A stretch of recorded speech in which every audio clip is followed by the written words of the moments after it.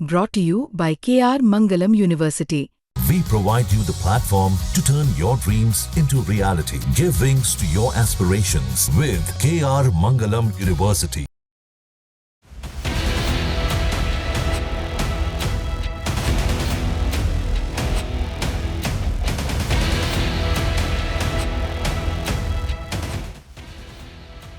भारत और पाकिस्तान के बीच आज का तनाव सबसे भयानक दौर से गुजरा। हर बीतते दिन के साथ भारत और पाकिस्तान के बीच का तनाव और गहरा और युद्ध के करीब जा रहा है। कोई नहीं जानता इसका अंजाम क्या होगा, लेकिन इन सब के बीच में सबसे ज्यादा टेंशन अब अमेरिका को हो रही है। एशिया में बढ़ते तनाव को लेकर अमेरिका में खलबली मची है। नतीजन पाकिस्तान द्वारा उठाए गए कदमों के बाद सबसे पहले अमेरिकी विदेश सचिव मार्को रूबियो ने पाकिस्तान के सेना प्रमुख आसिम मुनीर को कॉल किया और कॉल करते ही जबरदस्त हड़का दिया।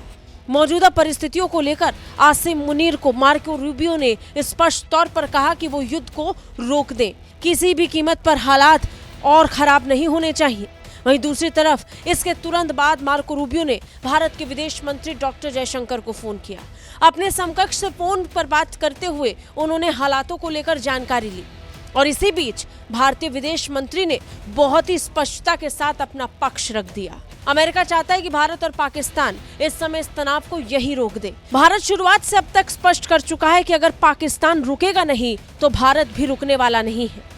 जब तक पाकिस्तान थमने वाला नहीं है तब तक भारत उसका पीछा नहीं छोड़ेगा। और इसी बात को फिर एक बार डॉक्टर जयशंकर ने अपने फोन कॉल पर मार्को रूबियो को समझा दिया। विदेश मंत्री मार्को रूबियो को बातचीत के दौरान भारतीय विदेश मंत्री ने कहा कि भारत अपनी जमीन पर अड़ा रहेगा, किसी भी कीमत पर अपनी बात से पीछे हटने वाला नहीं है।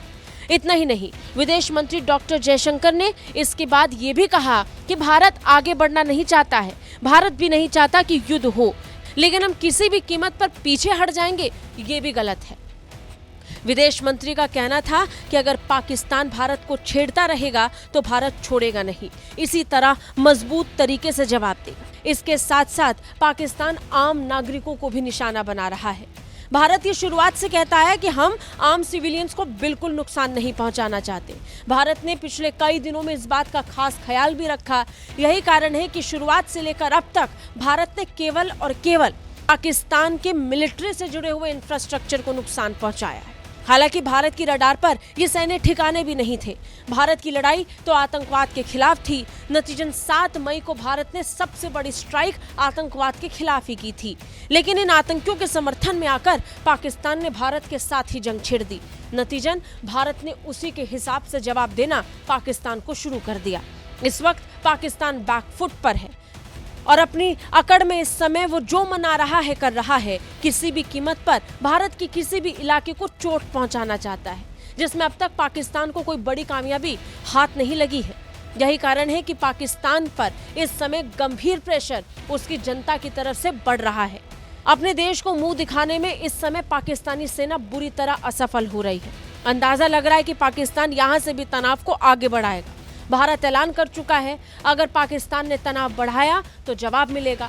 यही कारण है कि अमेरिका बीच में आकर पाकिस्तान और भारत को रोकना चाहता है, लेकिन भारत का पक्ष बहुत साफ है, पहले पाकिस्तान को रुकना होगा।